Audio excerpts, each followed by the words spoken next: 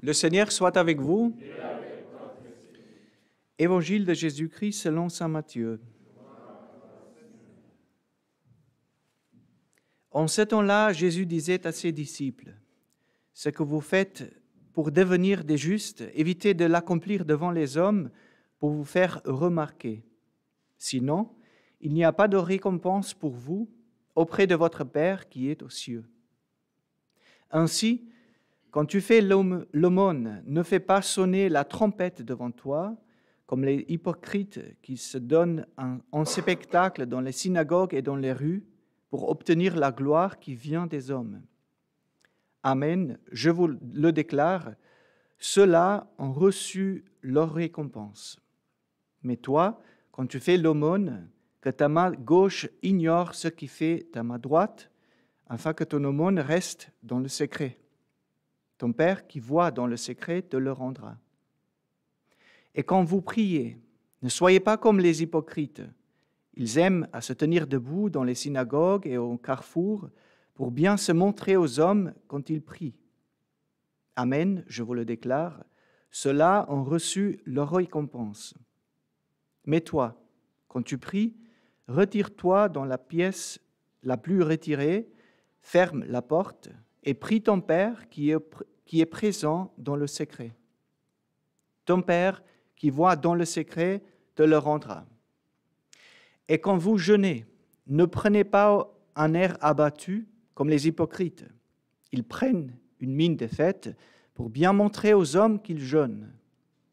Amen, je vous le déclare, ceux-là ont reçu leur récompense. Mais toi, quand tu jeûnes, parfume-toi la tête et lave-toi le visage. Ainsi, ton jeûne ne sera pas connu des hommes, mais seulement de ton Père qui est présent au plus secret. Ton Père qui voit au plus secret te le rendra.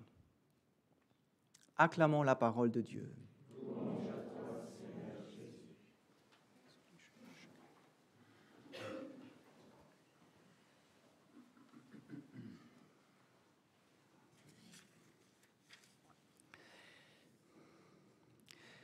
Ce n'est pas l'entrée en carême, mais c'est pourtant l'évangile du mercredi des cendres que nous venons d'entendre, avec les exhortations à l'aumône, à la prière, au partage, tout cela à vivre dans le secret.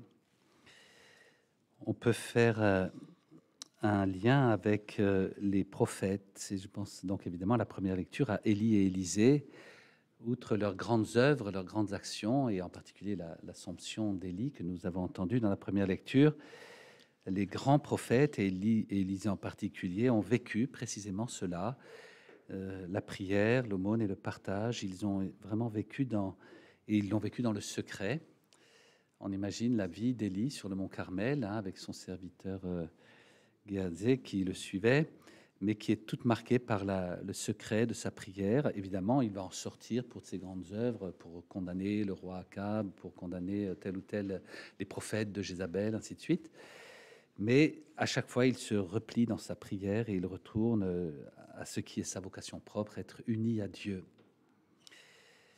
Alors revenons rapidement, parce qu'on pourrait prendre beaucoup de temps sur ce passage, mais sur l'Assomption d'Élie, qui est un des très très beaux passages de l'Ancien Testament.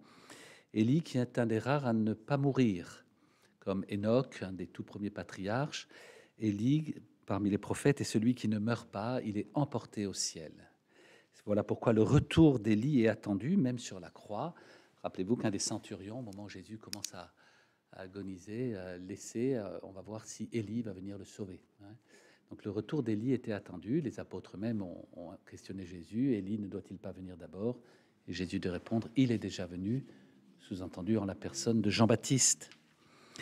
Parmi les beaux symboles qu'il y a dans l'Assomption d'Élie, il faut noter de toute façon déjà l'attachement d'Élisée, son disciple. Il y a l'attachement du disciple au maître. Ce qui est très beau et qui ressort très bien dans le texte, c'est l'attachement qui est aussi affectif. C'était pas des fonctionnaires de Dieu, ils avaient du cœur. Et donc Élie est attaché à Élisée. On voit bien, à la fois, il veut lui partager ce qu'il va vivre, en même temps, il veut le tenir à l'écart. Et Élisée, lui, veut pas lâcher son maître. Vous connaissez, le passage a été raccourci, mais il y a des détails assez succulents sur ce qui va se passer et comment Élisée s'accroche à son maître. Et il veut le voir partir. Et puis, surtout, ce qui est très fort, c'est la transmission du pouvoir. Pour traverser le Jourdain, Élie va rouler son manteau et frapper le Jourdain qui va s'ouvrir. Le manteau roulé représente le bâton de Moïse. Il y a comme un nouvel exode qui va se profiler, une nouvelle entrée en terre promise, un nouveau passage. Et donc, Élie va frapper le Jourdain pour l'ouvrir, pour précisément passer cet exode qui sera non pas du désert à la terre promise, mais de la terre promise au ciel. Et puis, de la même manière, Élisée a réclamé une double part de l'esprit d'Élie, et il va reprendre ce geste du bâton. Et là, on voit encore la pugnacité d'Élisée qui une première fois frappe, il n'obtient pas ce qu'il veut. C'est pas par manque de foi, mais il refrappe une deuxième fois en disant: mais où est donc le Seigneur? Et le Seigneur lui répond. La pugnacité du prophète qui, si l'on peut dire, soumet Dieu à sa volonté à lui. Voilà, et il reçoit évidemment, et tout le récit de la geste d'Élisée est très beau aussi pour nous dire combien il a véritablement reçu cette double part de l'esprit d'Élie, son maître.